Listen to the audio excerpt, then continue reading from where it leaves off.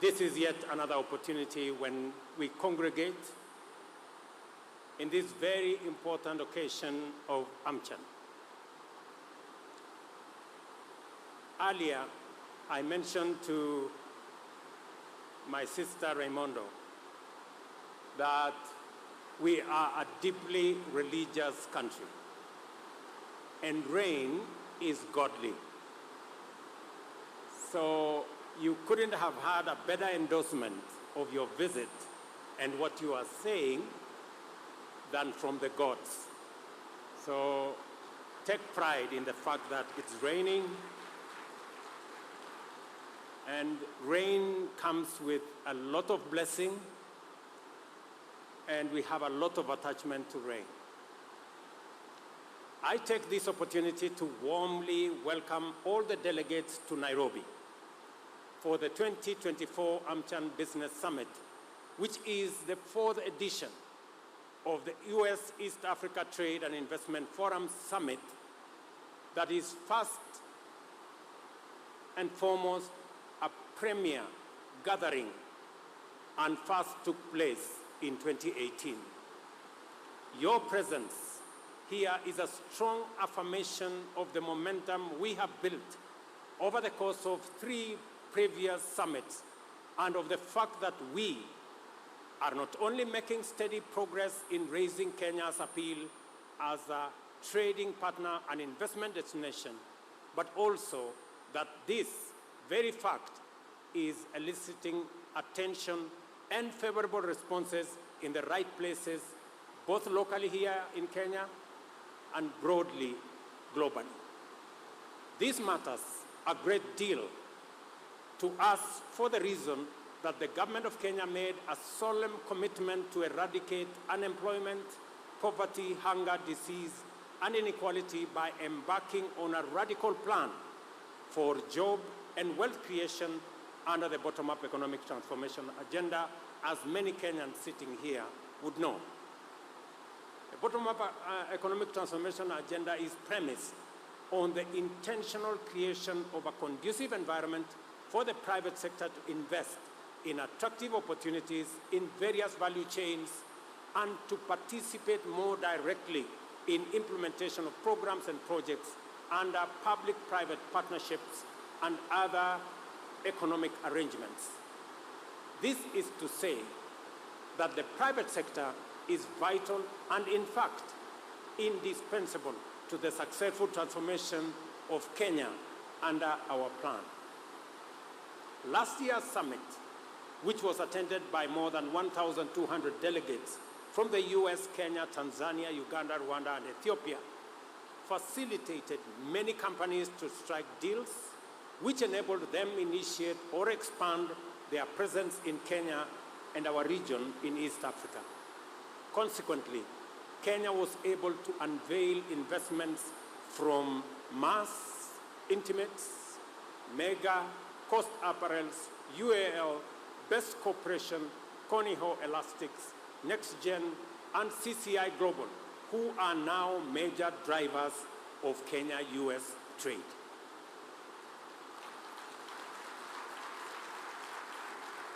At the same summit, 11 US government grants to the private sector were announced, aimed at integrating over 1 million farmers into existing value chains totaling more than US dollars 5.6 million. Additionally, 10 collaborative development initiatives between the government of Kenya and the US private sector were announced, intended to enable 4,700 entrepreneurs to access capital for activities benefiting close to 110 farmers in different counties in the Republic of Kenya. All these encouraging accomplishments made at last year's summit were as a result of productive collaboration between the government of Kenya and the US Embassy, led by my elder sister, Meg. We all agree that we have difficulty whether she represents Kenya or she represents the US. And we have settled that she represents all of us.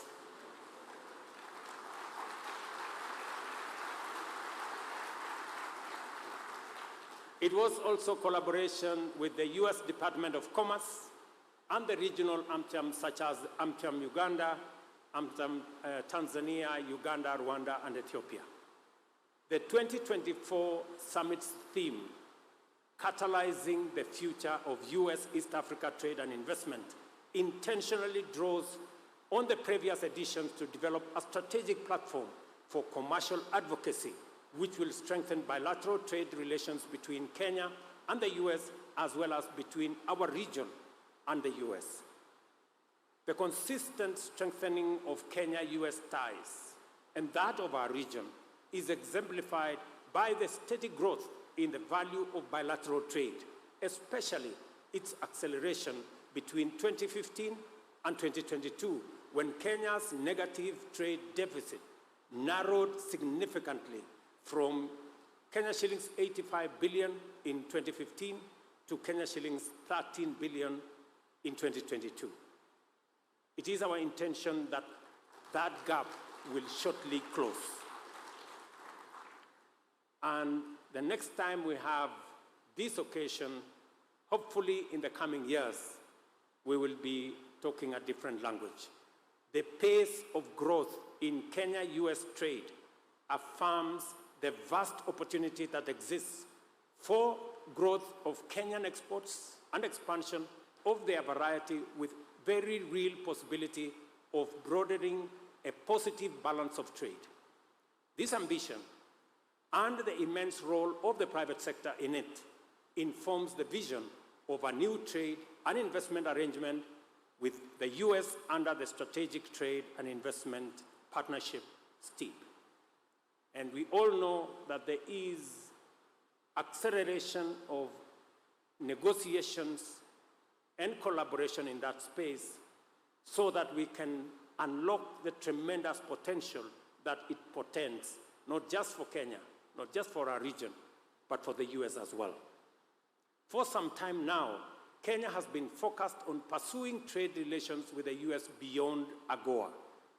Consequently, we entered negotiations to develop a new framework to anchor bilateral trade and thus launched STEEP, which is aimed at enhancing our engagements in trade and investment and facilitating high standard commitments in a wide range of sectors. It is our hope that the ongoing negotiations on outstanding issues will be conducted in a few months to enable us to embark on the implementation of STEEP, possibly by the second half of this year. I am very happy that the ministry responsible for commerce in Kenya and the US are thinking of an MOU and a relationship between the two ministries so that we can leverage on it to do more, even as we look forward to not just the renewal of AGOA, which we are crossing our fingers, and Raimondo has given me some ideas on what we need to do to get it over the line.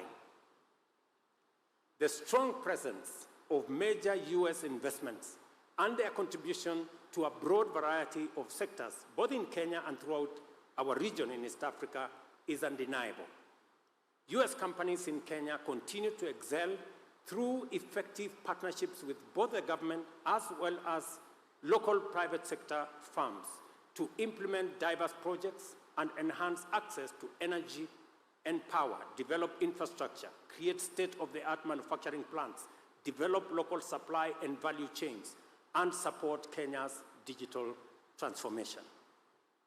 You are invited to seriously consider and engage with a wide range of investment opportunities available in various agro-industrial value chains and other sectors that my Ministry of Trade will point.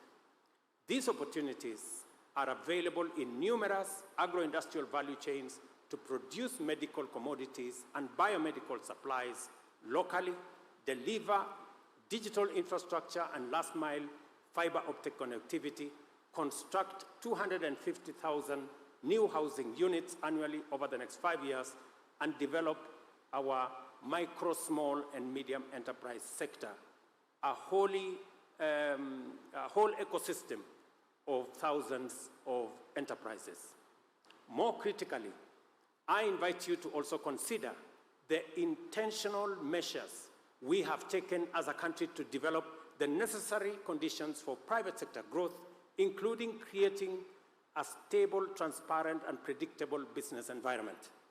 Our achievements and progress in this regard are reflected in Kenya's steady rise in various global indices and rankings that measure the quality of investment climate and business environment. We have not stopped working on our institutional frameworks through legislative and regulatory interventions, as well as capacity building and effective coordination of stakeholders and strategies to elevate our investment profile. I give a commitment here for the benefit of our existing and incoming investors that the business environment and the business climate in Kenya will keep getting better and better because we will not stop making improvements. I have had extensive engagements with our own private sector. We have discussed extensively some of the issues they think government can do better. And I say so especially because during my engagements with a number of industry leaders and major players, the issue of our regulatory posture was underscored as an important concern. We have delivered on this space. We had 9 items that we discussed with the private sector here at AmCham last year. We've delivered on each and every one of them. And I want to say every investment to us must make sense to both the investor and it must make sense to all our interventions in the trade and investment space. I also invite you to consider several other advantages which commend Kenya as your trade and investment destination of choice. To begin with, our location is an enduring strategic advantage that is difficult to beat. Our situation on Africa's Indian Ocean coast gives us immense reach and makes us the gateway to East Africa as well as the Southern and Central Africa region. Kenya is highly committed to regional and Pan-African economic integration and is a member of the East African Community, the common markets for East and Central Africa, and of course, the Africa Continental Free Trade Area, which confers preferential access to markets of 350 million people in EAC, 500 million people in COMESA, and 1.4 billion people market in ACFTA. Our geostrategic advantage has been complemented by a seamless network of highly developed roads, rail, port, and air infrastructure, and the fact that our country is a landing site to 6 undersea fiber cables, the only region in Africa. We have the potential to facilitate 24-hour operations in order to serve different time zones through efficient transport and communication infrastructure. A number of tech giants and business process outsourcing concerns are already seizing this advantage to great benefit. Kenya, as you all know, is a youthful country, growing younger every year. With a median age of 19.9, we have millions of well-educated, highly skilled, motivated young people ready to work for and with investors in every sector, from agribusiness to banking and finance, ICT, fintech, transport and manufacturing, construction and management, and administration, and everything in between. I will tell you that we spend $5 billion every year in the education of the Kenyan workforce. And we are proud of that investment because if there is one asset we have as a nation, it is our human capital. Kenya is also served by a national grid that is 93% green, with geothermal, hydro, and wind power leading the power mix. By 2032, which is just a couple of years away from now, probably 8 years, we shall have a 100% clean grid to power sustainable growth.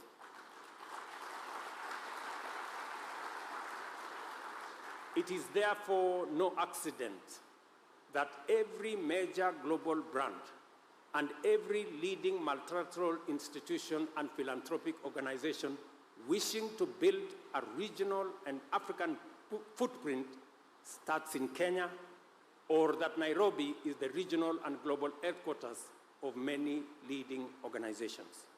Any organization, any business that pays attention to sustainability must look out for where renewable energy is a factor. It is not an accident that Kenya is the cradle of cutting-edge digital innovations in fintech and other sectors, where mobile money was born right here in Kenya. We have the necessary conditions for trade and investment to thrive, enable our economy to conquer new territory, and break new records in time and time again. This is why we have laid down a comprehensive array of measures to leverage our competitive advantage and drive growth through robust fiscal, infrastructural, and regulatory measures. A number of firms represented here will already be familiar with our Special Economic Zones program, which is a convergence of optimal investment promotion, export processing, and other forms of facilitation to enable investors generate maximum value from their operations in Kenya. I had the occasion to visit some of these enterprises in the last few days, and we have a phenomenal relationship. The Special Economic Zones program represents a dedicated package of highly appealing fiscal, infrastructural, procedural, and regulatory incentives, which have led to a steady rise in Kenya's global appeal as an investment destination. Attractive tax incentives, high-quality infrastructure, simplified business procedures and regulations, as well as value chain integration and the promotion of expanded market access for goods produced in the zones are some of the compelling features for this competitive incentive package. Many iconic American brands, including Levi's, Calvin Klein, Tommy Hilfiger, Wrangler, are produced in our special economic zones. With the foregoing, it is clear that our regulatory posture is emphatically pro-business. This should be understood as an implicit in all instances where there is doubt or misunderstanding regarding our business regulation or the legal and institutional framework. We are the country that is developing a framework to anchor the emergence of the Amazons and Google and Microsofts of the future under our startup bill, which is currently making its way through Parliament in Kenya. We are also the country which has introduced attractive tax incentives for investors, especially those involved in manufacturing for export. This is why we have been able to engage in fruitful consultations with a number of US and other private sector firms and to give assurance of a predictable tax environment, improved business context, and a regular and regulatory productive government-private sector engagement. This AmCham has given us a number of significant fast engagements, including with Walmart, resulting in 24 exploratory business-to-business meetings with farms involved in the agriculture production sectors like tea, coffee, nuts, and avocados, as well as apparel factories in our EPZs. Although exploratory, Walmart's foray into our country and region is indicative of the potential and operating environment we live in today. When I had an engagement with a representative of Walmart, I could see great opportunity, not just for Kenya, but for our region. It is also why we have been able to engage the American Tower Corporation, Microsoft, and Arbo Healthcare about deepening their partnership with local public and private sector organizations.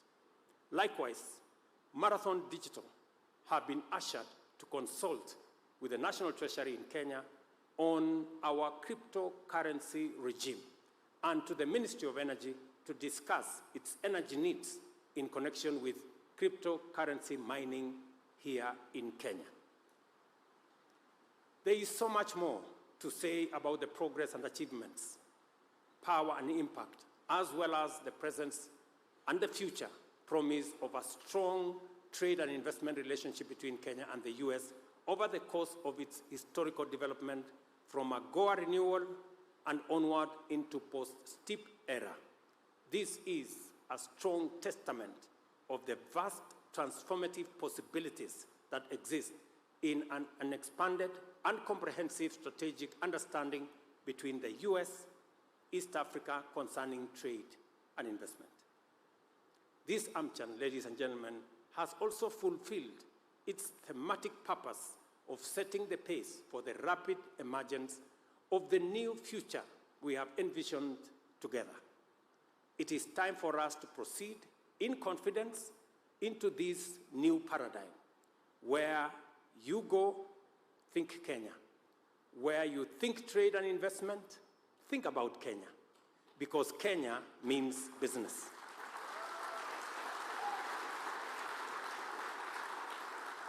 What is more, Kenya is open for business, East Africa is ready for trade and investment, and Africa is ready for transformation.